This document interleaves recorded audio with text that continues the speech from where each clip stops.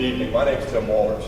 I've got a background similar. Joe and I grew up in South Baltimore. I was born in Delaware, went to Poly, moved out to Linthicum, Ferndale, between my junior and senior year.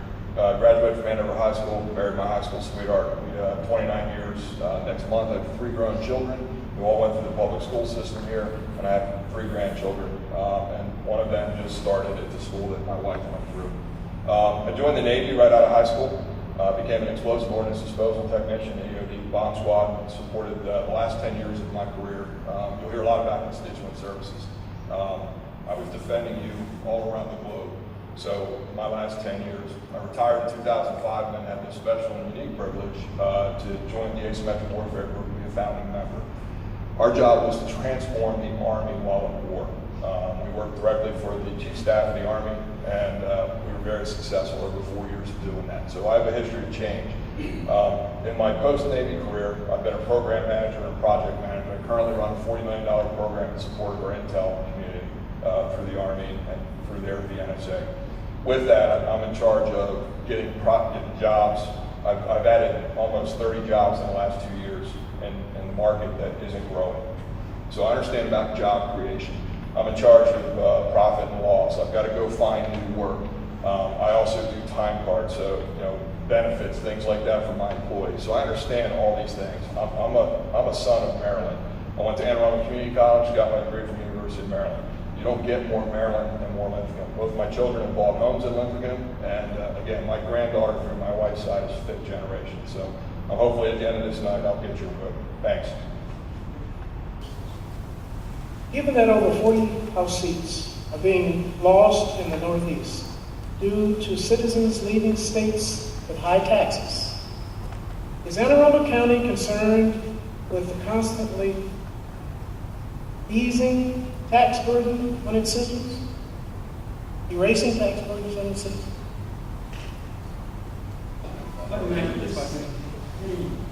And basically, I would oppose the tax increases all the way across the board because I think prioritization and looking at each individual department is the way we have to go. It's so easy to say make a 10% cut across the board. That's easy, except some departments need more and some departments need less than the 10% increase. So consequently, you got to play each one. I serve in appropriations. I serve on the healthcare committee. If you can imagine the problems we've been through with that. I mean, we were constantly bickering and fighting to try and adjust and make things work. We started healthcare for women and children while we were in there without raising any taxes. We froze the tuitions, which we fought for, so you could send your children to college for a lesser price. We always tried to hold the line I have, along with some other blue dog Democrats, if you will. So we don't like fare increases. We don't like fee increases or taxes. That's not the way to make it successful in this state. And you have to control spending to a point in order to do that. But you do it through prioritization, saving for a day where we may have another problem, an economic turndown, and save our funds in there too. There's $1 billion fund balance, if you will, in what they call the rainy day fund, not the rain tax, rainy day fund. That's in case the economy turns bad or sour. We can protect ourselves for a period of time. We don't do that, our AAA bond rating disappears. And it costs us hundreds and hundreds of thousands of dollars and millions of dollars more to borrow capital money in order to do the projects that the constituents need in our schools and our roads and our sidewalks, you name it. So, thank you. So taxes. Taxes are a symptom. And we can talk about taxes all day long. We have a one-party state that has led us to this road. They'll rob from this to protect our bond rating. Bonds equal borrow. So we got to protect our bond rating because we got to borrow money. That's wrong. In the end, we need to shrink government. We need to be conservative. I am a conservative value in this. We need to start empowering the people and get government out of our lives. The other reason government needs taxes is because they're in our lives in every aspect. And that is fundamentally flawed. We need to start empowering people and holding people accountable. The goal of government is to make sure that we all have the same starting point. From there, how we get to where we're going is up to us. Our faith communities are how we protect our people, not our government. Our government is constitutionally mandated only to do very specific things. The rest is up to us as communities. We raise our children. We raise our families. We support one another. And they're through these type of organizations.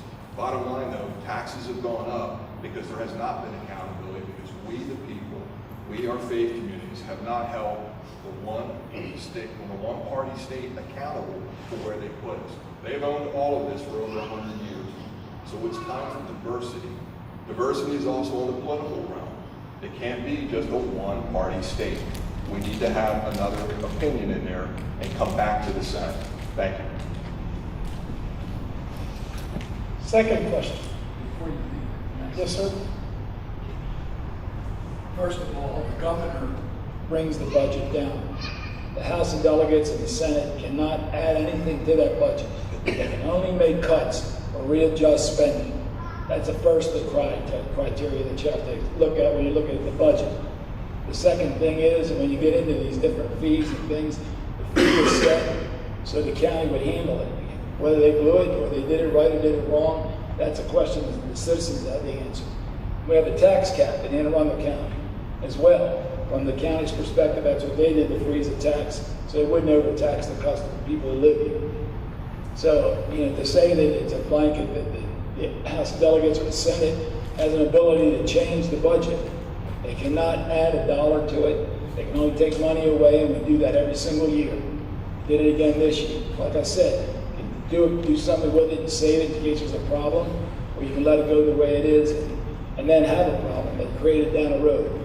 As far as employment goes in this area, take a look at our district. Our district is bringing jobs in left and right because we're investing our money in that area, be it at Northrop Grumman, be it at the airport, be it at BRAC, be it at so many different organizations. We have a research centers which are growing and rapidly growing. We're bringing people into the area. It's growing. That 32nd district is great. It's growing. If I could, so one-party state, taxes have gone up. The Baltimore Sun released last week that even though we have all of these jobs coming in because of the federal government at the BRAC level, we were almost $500 million short in revenue this year. That's $500 million. Maryland is one of only 8 states that has no safe harbor laws to protect child sex trafficking victims. Instead, we prosecute and criminalize underage girls for prostitution. How do you think underage girls arrested for prostitution should be processed?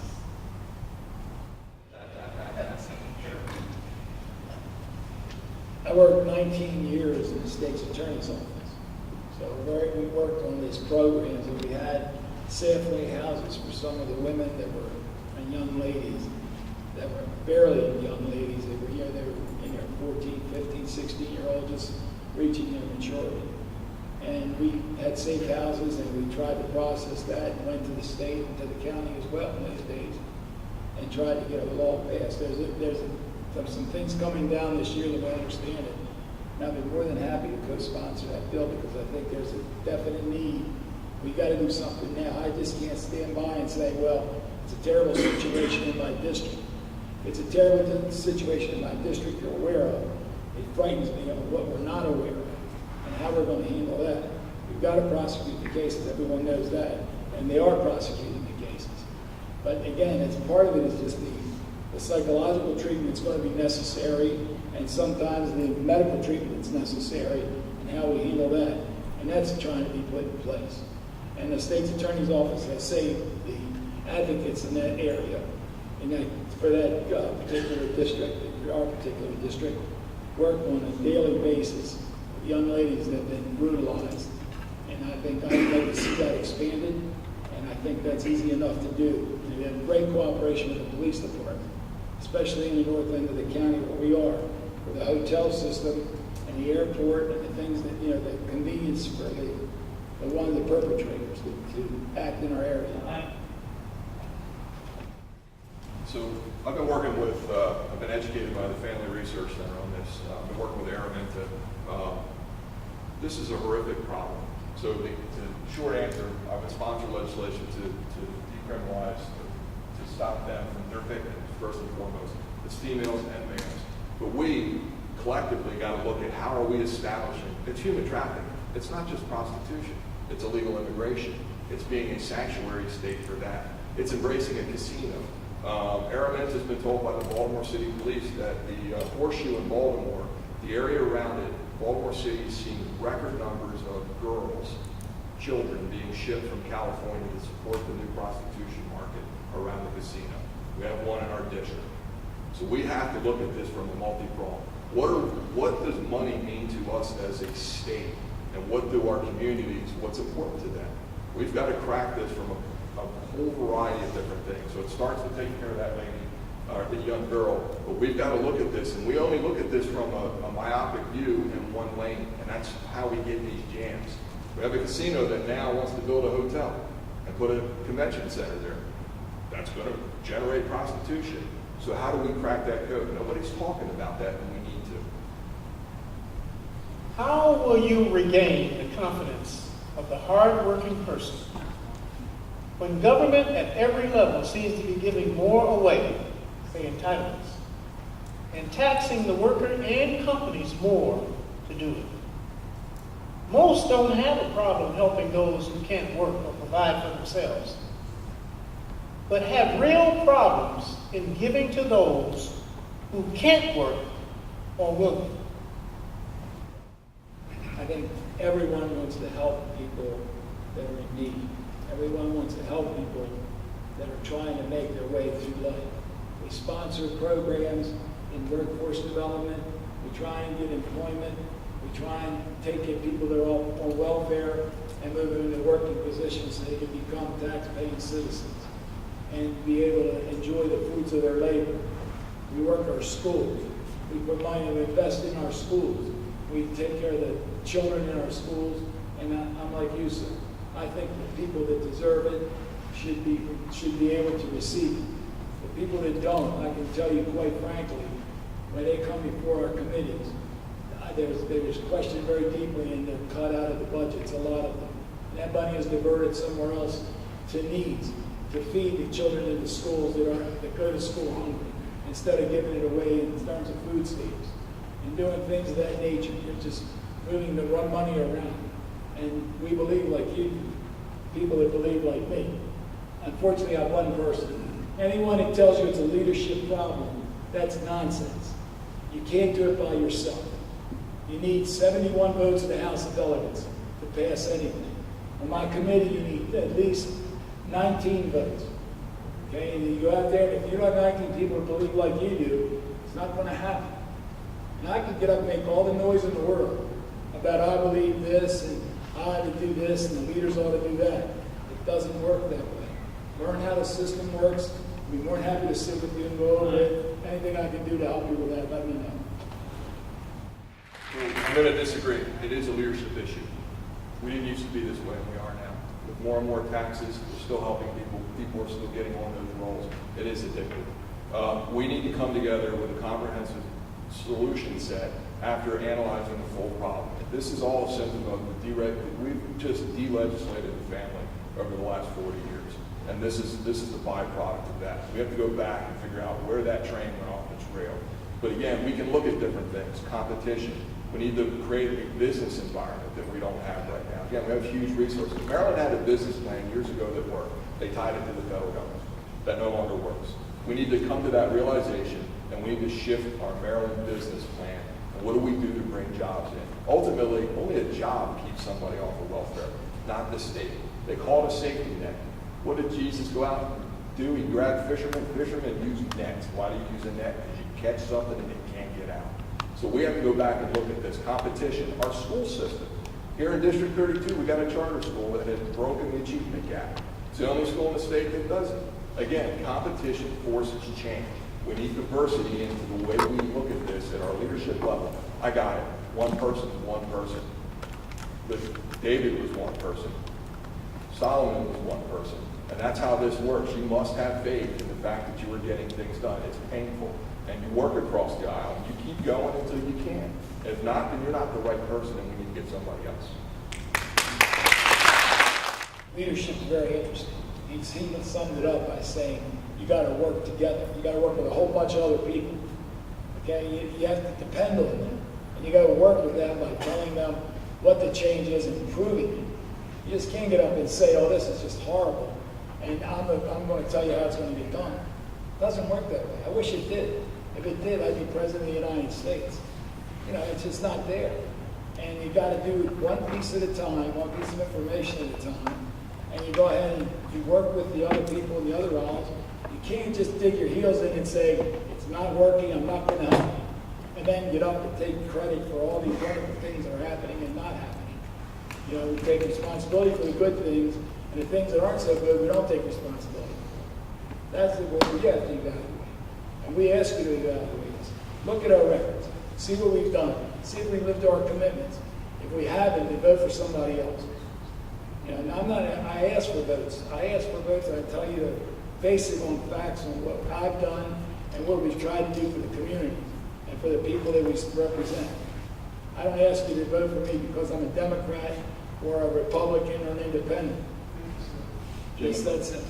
Just a second. So leadership. I spent 20 years in the military, 10 years in special ops. I understand leadership. Without leadership, you have a herd. And a herd doesn't solve problems. I understand everything Ted is saying. But a leader pulls that together. That's the piece we're talking about. We've had leadership. It's got us here. We need a change in that leadership. You can make a clear choice.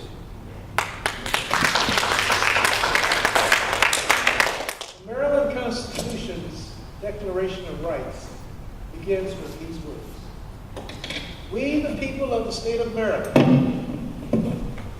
grateful to Almighty God for our civil and religious liberty.